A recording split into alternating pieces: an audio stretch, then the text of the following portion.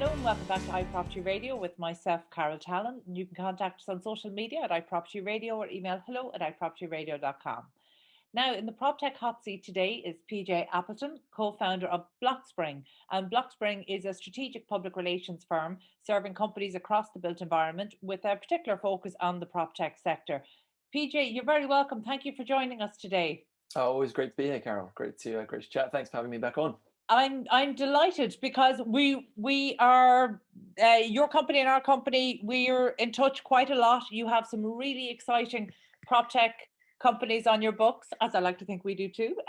But I know that you're working for some of the prop tech companies who are really making an impact in the market at the moment. And so I know that any of them starting up in the UK and maybe hitting the UK as their first point of contact outside of their founding countries.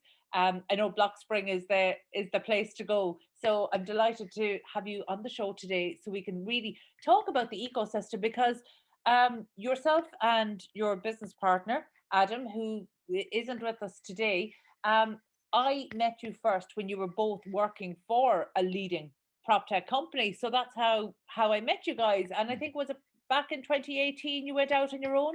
Yeah, that's right. Yeah. So yes, we obviously met you 4 years ago. I remember I turned up late to one of your radio shows once, and you almost. Did I give out to you? I get a bit strict about things like that. I think I sent you some flowers afterwards to say sorry, but Good it's man, fine. that always works. Water under the bridge now. But yeah, no. So we obviously met back when Adam and I were at Equium, but.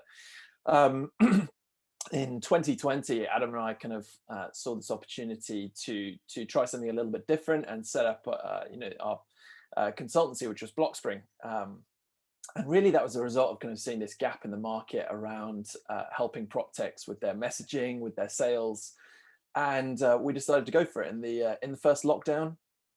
By that point, it was kind of too late to go back, and so for the first half of 2020, it was pretty kind of hard going, but.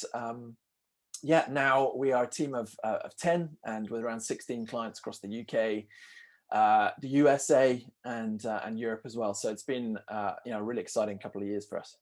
Fantastic. That's amazing growth to be up to 10 in that length of time. So that's amazing. And I know you don't want to name drop, but can I name drop a few of your clients because Oh, please do, they're Carol. well-known Yeah. brands. So I know you work with HQO, Right. Navigator, CRE. They're a really exciting one. One that I'm particularly keen on is Ility. So I know we've interviewed some of the management team from there, and I think that they're a great example of innovation coming from within the industry.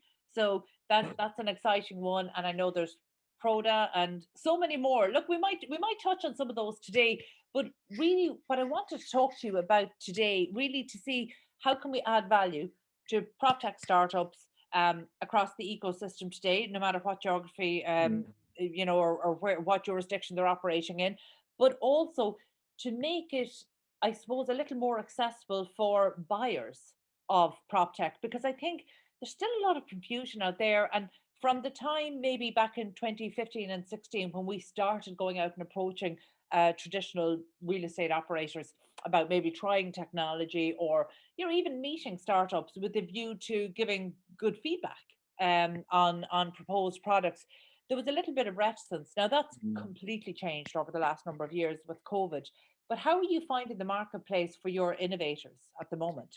Yeah, I think it's a really good point. Honestly, I feel the whole ecosystem, the whole sort of prop tech space has changed so much since those early days. I'm sure you feel the same. I mean, even just the term, prop tech was seen as this super separate thing, this kind of this sort of new entrant to the market. Some people really love that, thought, the industry needs shaking up. Some people were, I think, quite threatened by that, the kind of traditional sort of old guard of real estate.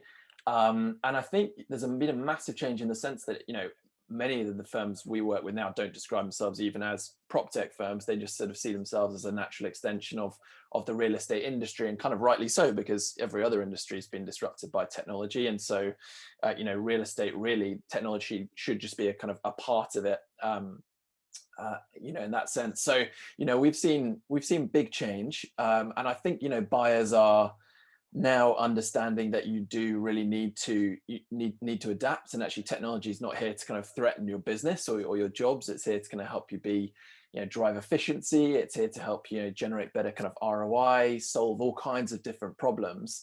I think probably there's still certainly a way to go.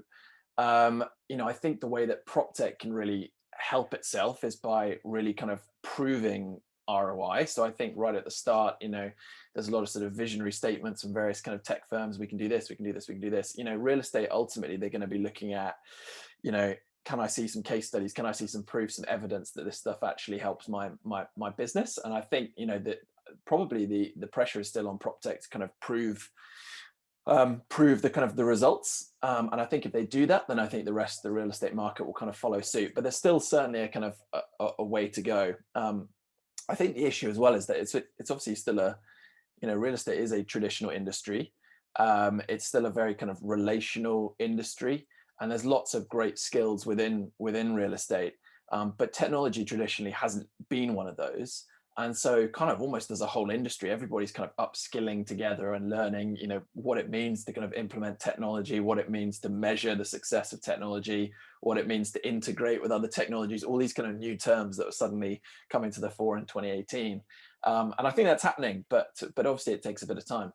Yeah, it's, one thing that you touched on there is maybe a point of frustration that we've had, that actually what we're seeing now is take up of the technologies that we might have been talking about really years ago, as in back in 2016, 2017, and yet they're being adopted now. And so there's a feeling that the conversation hasn't moved on, but it has. The prop tech integration has moved on very well, but it feels like we're still tackling a lot of the same problems with the same technology. So there can be that feeling of stagnation, but actually the difference is, I suppose, back in 2016, 2017, this was unproven technologies in some cases, whereas now not only is it proven, but now it's becoming core to achieving ESG metrics.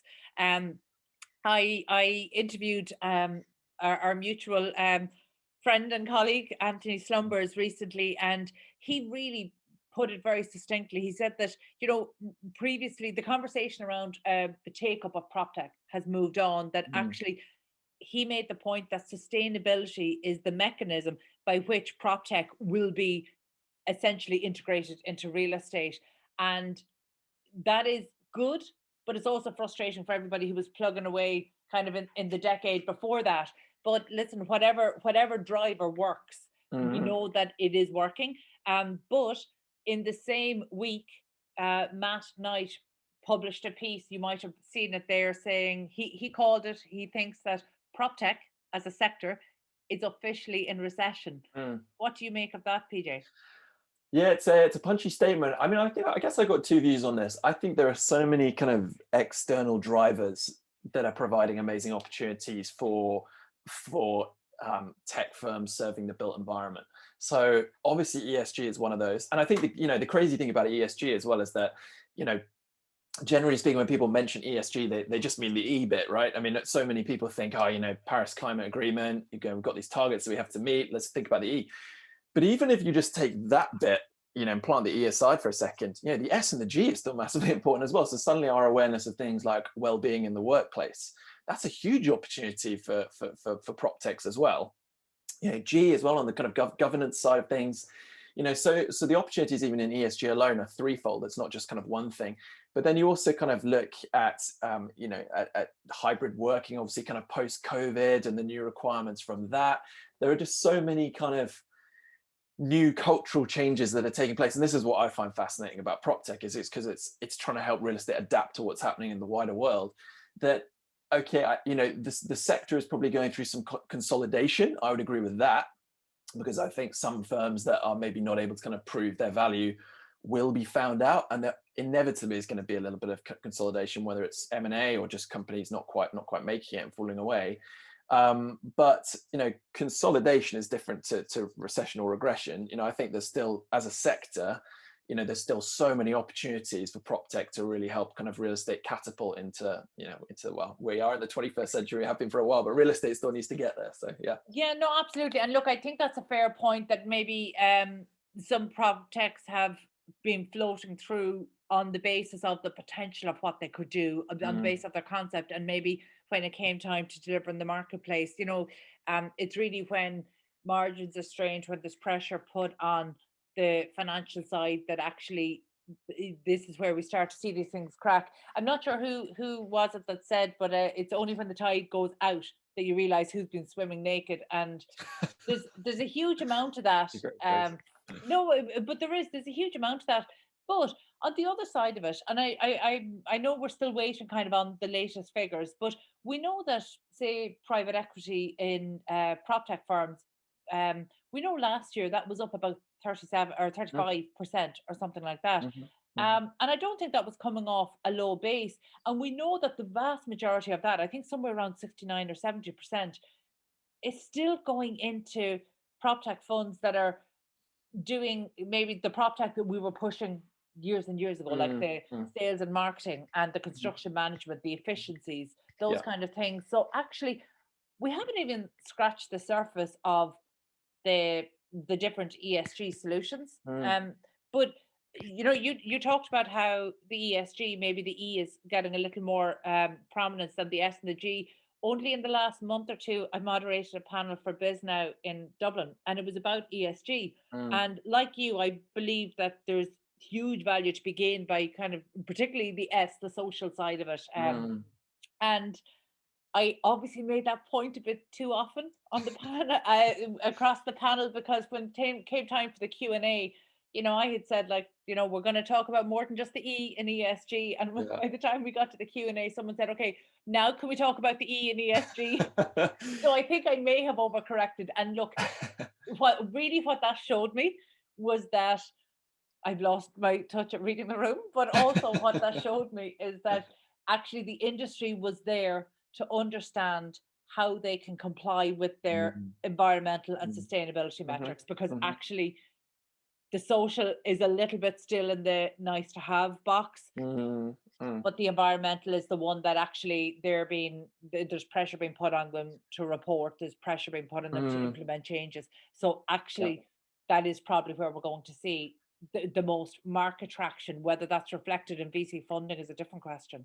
I mean, I think on that, what's interesting is on that E side of things, is that investors are now kind of putting pressure on landlords, on asset managers to to reach these targets. So when the money starts talking and starts focusing on something, then the rest of the industry is kind of like, okay, well, that's going to actually have an impact on us if we can't secure investment. I think on the S side, there's probably still not a totally concrete link between kind of well-being and your bottom line.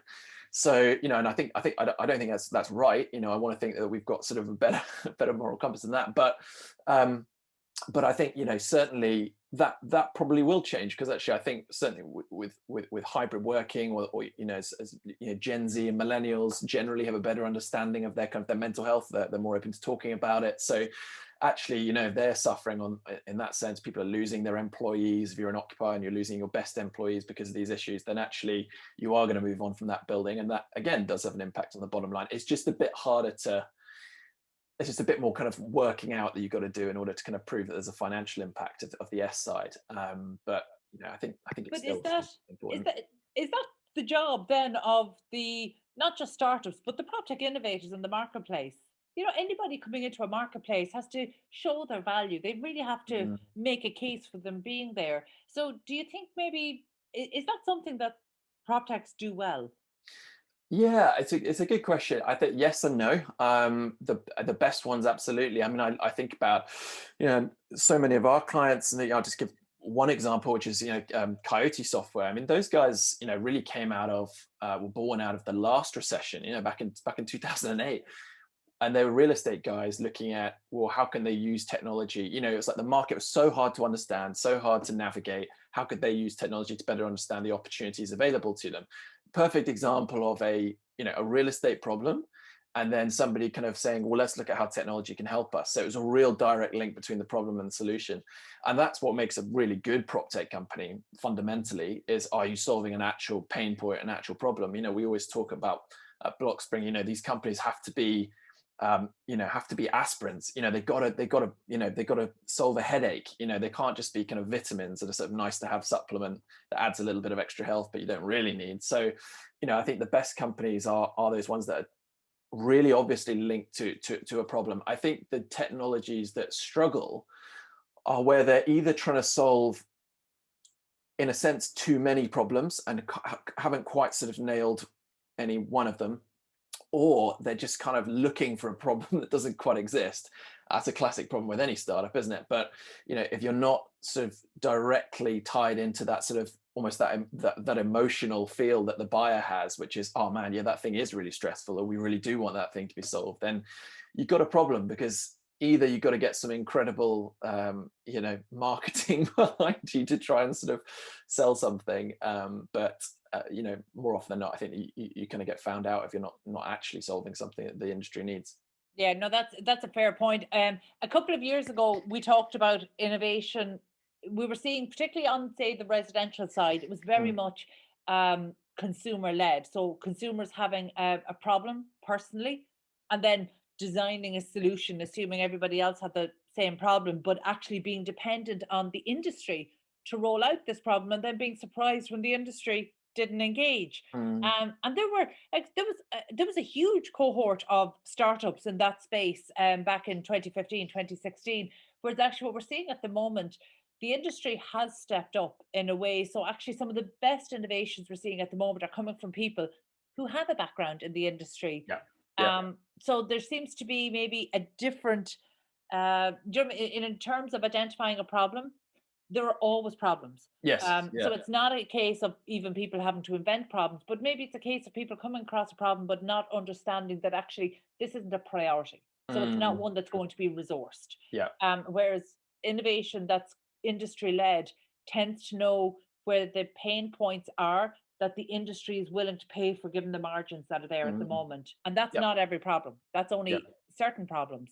So in terms of the innovation that's coming out at the moment, do you think the industry is is acknowledging the problems that that technology is here to serve? Are you seeing still um, the industry was certainly in denial about technology right up until COVID? So that's in the people who were doing it well, um, but the others, there was a huge gap between those who were adopting it and those who weren't. Whereas Mm, now, data is everything. mm. So, is this even a hard sell anymore? It's funny because it still is, and it shouldn't be. um, I think about some of the kind of data companies that we're working with. You look at the market right now, there's a lot of uncertainty in the market.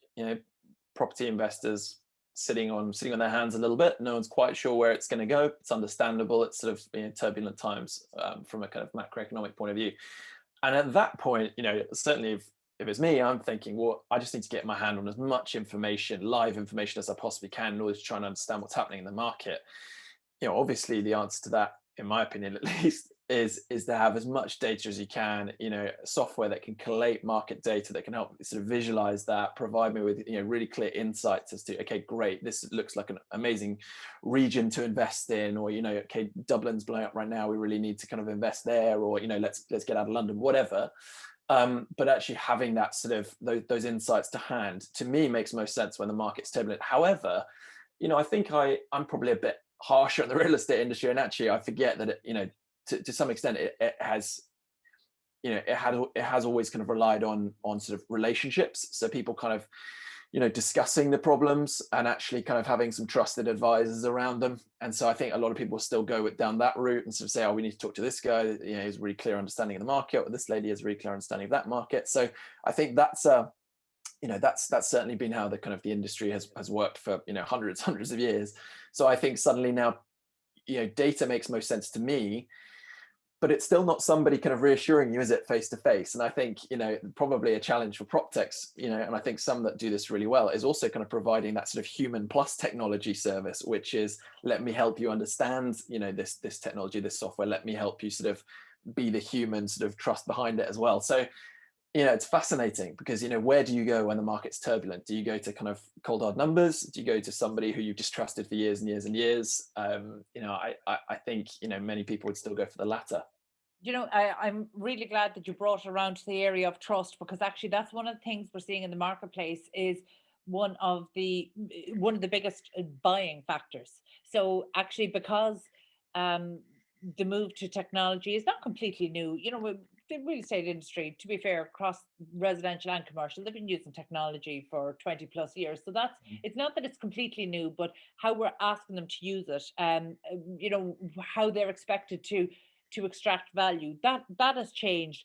But one thing we've seen actually in the marketplace is that companies are far more likely to trust a previous provider. So actually, we have providers who were doing one thing being asked to provide something else, to design Mm, a solution to a different problem, rather than the same buyer going out to establish people in the marketplace just because they don't know them. So yeah. actually, I think with technology, the trust factor is absolutely huge. And the reality is, I do think that over the last number of years, the value of data is being much better understood by the Mm, industry. But the problem is now there are so many prop tech companies or data real estate data companies offering this, that actually how can one innovator separate themselves from the crowd? How do you help your startups and your innovators to essentially step out and say, okay, we're all data collection companies, but here is what we do that's unique.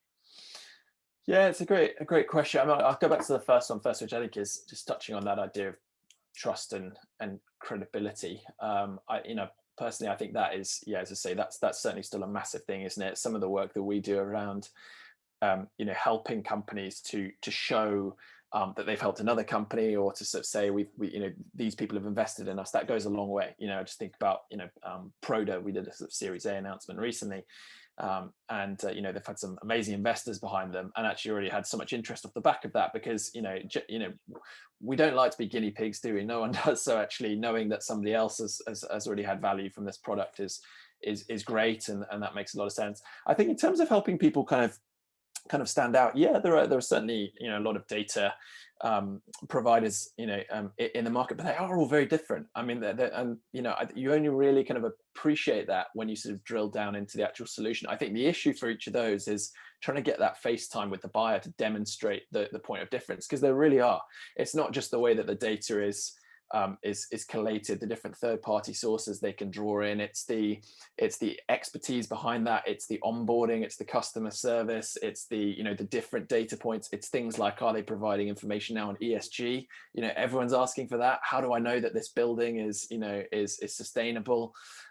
So there are lots of different points of difference. I think for us, at Bloxspring, the big challenge is always helping companies really define their messaging up front. It's a big part of what we do. We always sit down with them, and some companies will just say to us, we just want to get some press, and we say, well, look, let's go right back to basics. Let's work out, who are you, what are you actually offering to your buyers, and then let's think about how can we communicate that, and then through which channels.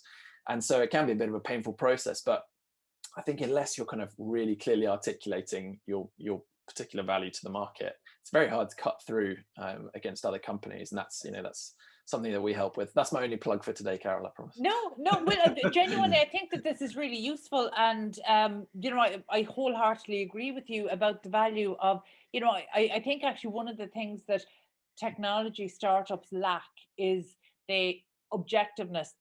Sometimes you need the hands or the arm's length Mm, distance to be, that little bit of perspective to be able to simplify what's complex. And mm, to be honest, if it's good technology, then yes, it should be simple. But actually, when you get down to it, there's complexities involved. So actually, the messaging is all about making that simple, so that you're really making the buying decision easy, as opposed to mm. putting more hurdles. But because we're talking about maybe spaces that are becoming ever more crowded, so particularly across commercial real estate and data collection. Um, there was an article in Shifted recently that caught my attention, and I'd love to get your view on it. Um, but let me ask first, in the context of startups and innovators who are well established scaling companies, whether they've gone through series of fundraising or not, how important is the profile of the founder or founders? That's a great question. I mean, I think it's, certainly people, again, the real estate industry is based on relationships. So I think we actually see the value of knowing who's leading that company. It can be really, really important. We're often trying to encourage the CEOs that we work with to, like, just think about your own kind of personal LinkedIn profile. People are kind of interested, well, they are interested in what you have to say, and they might be actually looking at, what's important to you. So having a bit of personality behind the company, it can be really difficult. CEOs are busy, so that's often something we also help them with as well. Is like, can we help you kind of identify certain topics that might be good to talk about? So I think, having personality is huge. That said, I think one thing that's really exciting us, with the companies we're thinking about, is just having a sort of a diverse range of voices within the company. I think, again, this is a great opportunity for PropTech. We all know that real estate has traditionally struggled in terms of kind of promoting diversity. I think the opportunity for PropTech has always been, attracting a sort of a younger, more diverse demographic, who study those sort of STEM subjects, and promoting diversity within the real estate industry and being a real champion for that. So what we're excited about is, yes, helping CEOs tell their story, and what's exciting is there are increasingly more diverse CEOs, but it's also helping other people within the industry. There's heads of customer success, CFOs, CTOs, and just kind of really celebrating the whole kind of breadth of voices within the PropTech industry. There's certainly a big way to go. We're nowhere near kind of where I would love to see the industry at, but it's certainly kind of on its way, which is encouraging. Yeah, well, PJ, thank you for that, and I agree with you about diversity. This isn't an industry that has done that well, particularly in Ireland, and I'd like to say that we are making progress, but actually, through PropTech Ireland, we were contacted last year to ask if we could put forward underrepresented founders. And what we realized then was that there was a special grant being made available for underrepresented founders. And as we looked through our cohort of PropTech startups, we realized that we had more founders called Gareth than we had female founders. That's a problem. So we are utterly lacking diversity, not just across the PropTech, but construction technology as well. And to be honest, the problem is worse now than when I started doing this type of work in 2015 or 2016. That's very worrying to me.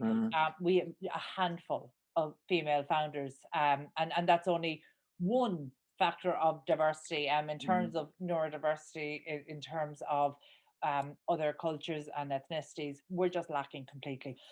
Excuse me. But so that's definitely a challenge that we have in Ireland. I don't know how that's mirrored outside of Ireland. But the reason I was asking about the founder's profile is because we have always, been told, and it certainly seemed to be the case, that VCs were more attracted to established or proven founders and those who had a profile. And so I was really surprised in the last week to see a piece by a VC in Shifted, and I'll read it directly. It's founders, stop chasing the limelight, just build your damn product. So fame-seeking founders are not just annoying; they're potentially damaging to Europe's startup ecosystem. Now, honestly, I was raging when I read this, because founders have been told to go out and build a profile for themselves for the past decade or more. VCs have only just started doing this. And here was a VC whose name I had never heard before, taking the limelight in Shifted, which is one of the main now startup news outlets, to tell founders not to do it. It's the height of cynicism and hypocrisy, but it's also untrue. So I have to get your opinion on that. I mean, do you think, you're helping your clients go through funding rounds, you're dealing with VCs all the time. Is this thinking from VCs, or is this one VC chasing the limelight? Oh, do you know what? That's a good question. I mean, I think, certainly when we're talking to our clients about fundraising, we do believe that a bit of press and external credibility does go a long way. Does that have to be for the leader of the company, for the CEO? I don't think so. I think it can be the company as a whole. But I think if you're going out to VCs, what's the first thing they're probably going to do? They're going to Google you. So yeah, they'll go on your website, but after that, what are they looking at? And if they've seen there's nothing there, and they think these guys are maybe chancing it or whatever, then that's going to be a hard sell. If they look at what you've got going on, and it's just, oh, they've had some thought leadership in this, they're kind of they've put an announcement out here, then actually you're kind of showing that you're almost part of the kind of the real estate ecosystem, and you're clearly tied in. And so there is a little bit of kind of just immediate credibility that comes with that. And so we kind of are helping our companies gear up for fundraising rounds by actually putting out a bit of press that they can go into those meetings kind of saying, well, look, we're here and we're established. So that does help. I think gosh, on the whole, like kind of personal profiling with VCs, I mean, obviously it helps if you've had a previous success at another company. Say you've successfully kind of exited from a company, and you bring with you that kind of personal credibility, then great. That does strike me as slightly ironic. I do feel like VCs do make a good amount of noise themselves, so I don't want to get in trouble, but that strikes me as maybe a little bit ironic. Well, look, to be honest, VCs seeking publicity like this is new. 10 years ago, you wouldn't know who a VC was. And even if there's a website, it will be a single page with, if you're lucky, an email address, but not always. Yep. So actually, this whole wave of VC seeking publicity is new, and in a way, it's almost to make themselves attractive for absolutely startup founders, because certainly there's startup founders who can access finance generally have their choice of partners for that. So I just thought that was a really interesting one. I wanted to hear your take on that. But one thing that we seem to be coming back to quite a bit today is this whole notion of social proof. So actually, whether it's in the business side that people want to, on the buyer side, that they want to know that you have successfully implemented technology, or if it's on the funding side, they want to know we're coming back to social proof. And that's, I mean, look, to be perfectly honest, that's why companies engage PR firms. So, but I know you mentioned there that actually it is possible to do this for the company rather than the founder, but in practice, from one PR to another, in practice, when you go to pitch a company, what's the question? They either want to know the clients or they want to know the founders, because it always comes back to a human story. So it does, I don't know, and I'd love to hear your take on this, but I could not promote an innovator, a new startup technology company through PR, not editorial or advertorial, but through PR, without pushing a human front and center. Yeah, I mean, I think it's interesting with the sort of startups that we've encountered. Personality goes a long way, and look, it's great if you got a CEO who's willing to, particularly with if you're sort of a small company, you're sort of unknown. How are you going to cut through the noise? We often say, well, take a contrarian stance on something, be passionate about something, because that's going to help you stand out. But I do still think the story, and that human story, can still come from the kind of the problem that you're solving. Now, often that's tied to the CEO. I'll give you an example of one of the companies we were working with early on, Checkboard. James Owusu, who was solving a problem that he'd actually encountered. So the whole company narrative was also tied in with him as well. Like the two things were really, really linked. But I think, take Coyote Software as an example. They just got an amazing narrative anyway, because they came out of, really, they're born out of the last recession. Now, yes, the CEO was part of that journey, but actually just the very kind of like essence of why they were born was tied in with kind of, the downturn coming out of that. How would real estate survive? And I still think that is almost still a human story. It's just that, you don't need to have the CEO involved in that. So, but I think this probably comes back to a wider point about storytelling and narrative generally, doesn't it? Because I think if you're just expecting to kind of have your solution and people will just come and find you, that's just not going to happen. And so actually being able to kind of really emotionally engage your buyer is huge. It's absolutely huge. If you can talk the same language that they're talking, you can sympathize with the problems they're experiencing, you can kind of communicate how you can solve those problems. and you can kind of have, build that sort of relationship with them. That's huge. Humans are still relational, so that's the challenge that we always have with our companies, is how can we help you kind of tell that narrative in a really kind of impactful, powerful way, rather than just kind of sitting there and hoping that people will come to your website and find you. That's not really how it works. I don't think that's how it works for any industry. Unfortunately, life No. would be much easier if it did. I'm conscious of time, but before we finish up today, I'm interested to see. We've talked about maybe where there's quite a number of innovators offering products across the real estate ecosystem, well, from construction and across the built environment. Are you seeing any challenges that are going unmet or unaddressed? Like, where do you see there's opportunities for new innovation? Gosh, that's a great question. I mean, I think, in my opinion, the opportunities are still certainly around kind of not just being a point solution. So I think probably the opportunity is to be a tech firm that is that's able to kind of partner well, tie in with other technologies. So this is a big difference actually between even when we first spoke, back in 2018. There are a lot of kind of standalone technology companies that are solving one particular point solution. Now that's great, they're solving that problem, but you can't go into a building or a portfolio unaware that there are other technologies that you kind of need to tie in, and kind of talk to. So I think the big opportunity is still, how do we tie these things together? How do you kind of almost create a sort of almost a hub, a tech hub?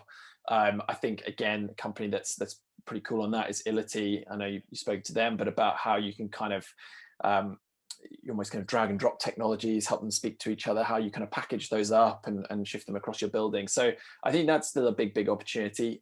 The stuff we've obviously been talking about before. So what are the big issues facing the world?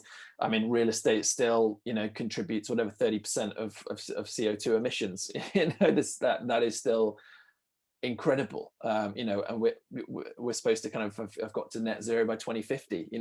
That's the clock is ticking down. So I think that's still a kind of a huge thing. And I think more than just coming up with solutions there, I think it's about really energizing the industry to make change. I think someone that does that really well is Michael Beckerman at Cretech. He's passionate about solving this problem.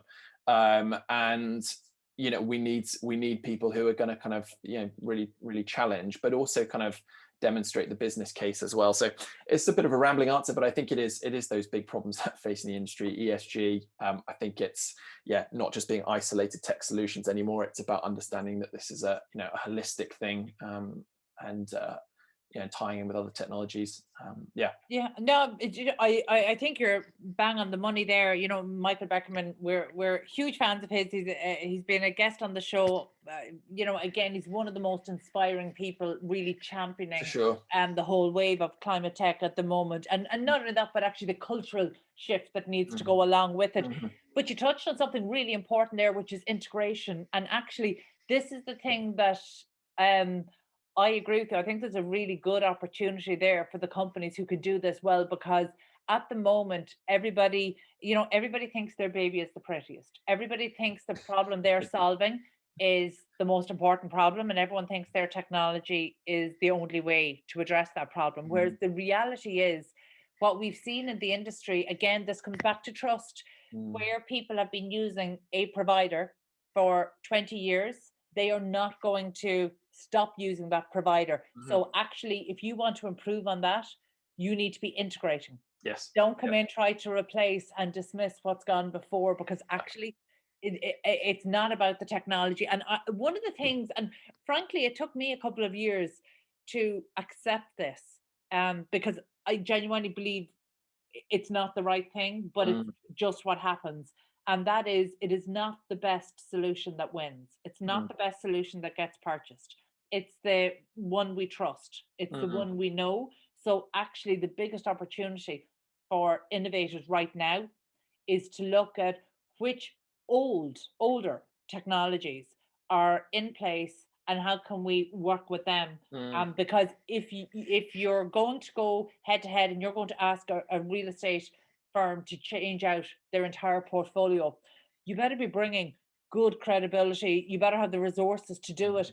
That's a huge ask. So yes, of course it can be done, but it's a big ask. Whereas actually, I think that there's so many opportunities for integrations. And actually, we've seen this across things like safety lighting, where we've seen people come in and work with existing providers to offer a more high-tech solution, but they're not necessarily displacing the others, but again, integrating well. And actually, there's I think that this is part of the shift that has to happen, and there's a little bit of ego protection in this. Nobody wants to think they bought badly 5, 6, 7, 8 years ago. So you have to give real estate and portfolio owners a way to not take a huge loss on technology mistakes that they might have bought in recent years. You know, you have to make it easier Yeah, for them. I mean, I think the other interesting thing on that as well is it's not just potentially tying in with past solutions that are just like part of the fabric within a company. It's also thinking, if you're going into a portfolio or a building, it's about recognizing that things are going to change again. So actually making sure that your solution um, is integratable, as other solutions come on board, that it's adaptable, that it's flexible, that it's not just solving a problem for 2022. These things are going to keep evolving, keep shaping. That's what's fascinating to me. And so actually making sure that you can stay flexible and adaptable as a prop tech company is absolutely huge, and keep kind of iterating on things, keep kind of improving, keep listening to the buyer. Okay, what are the problems you're facing now? Everybody thought that we were still going to be going to the office 9 till 5, 5 days a week. It's COVID happened. You have to adapt. And so, companies that have now changed to helping people work through hybrid working and all that sort of stuff, you've got to stay nimble. And I think that's accepting that things will keep evolving in the future, and you need to stay open to that as well. Is it fair to say that COVID is probably the best thing that happened to prop tech in the last decade? It's hard to position COVID as a positive, but yeah, I mean, in a business sense, yeah, look, I think we needed a shake up, for sure. I think culturally we're ready for this as well. I just even think about generationally, if you look at the talent that's coming in, Gen Z, millennials, who are just so used to, swipe left, swipe right. They don't want to sit in a building for hours and hours and hours and hours. They want to have that kind of experiential change. They want to kind of keep things fresh. They want to, and so actually that presents challenges to the real estate industry. Putting them in a booth, for 5 days a week, across these hours, that's not going to cut it. And so actually, understanding that this is where the market's going is really, really important. But yes, would that have happened naturally? Probably, but it would have taken a long, long time. I think the fact that everyone proved that they could work from home, and again, come back to that word trust, that people could be trusted at home. But also, I think, the other interesting side of this is, people thought, well, is this the death of real estate? And absolutely not. There's still, I think what's cool is that actually it's also proven the value of working in collaboration, having community as well. So actually, even this week, I was like, I just need to go in and see our colleagues. We're a remote first business, but actually for me to go in once or twice a week, I need that, because I need to bounce ideas off other people. So I think that's what's fascinating, is there's still a place for both. But yes, look, I think COVID's really challenged the industry in so many ways. I mean, we could have a whole nother discussion on that probably. Yeah, But no, that's a very fair point. Before we finish up, PJ, what are you most excited about in PropTech? Gosh, what am I most excited about in PropTech? I think I am most excited about, just the opportunities available to the industry. I think what's amazing is that there are just these almost like existential crises and massive social movements that are happening around us. Whether it is the environment, whether it is kind of, the rising numbers of poor kind of mental health, whether it's adapting to hybrid working, whether it's looking at kind of transport infrastructure, all this stuff. There are so many challenges facing the built world. And what excites me is that, technology holds the answer. I think if we're willing to kind of understand and listen to these problems, well, and really understand the issues that the buyers are facing, I think technology holds the answer to all of those. So I think what's exciting is just seeing just the proliferation of providers coming up with some amazing solutions, and seeing who becomes that sort of unicorn in 10 years time, and seeing how the industry evolves. So I just think the opportunities are immense. I think it's time to be positive. I think technology holds the answer. Yeah. I love that technology. The answer, we just don't know what the question is yet. That's true. I love it. Okay, thank you so much. That was PJ Appleton, co-founder of Bloxspring. And that's it from us this week. You can get in touch with the show on social media at iPropertyRadio or by emailing hello@iPropertyRadio.com. My thanks to producer Breed Malloy and the Hear Me Roar media production team, and to Luke Delaney on sound for Dublin South FM. Until next time, thank you for listening.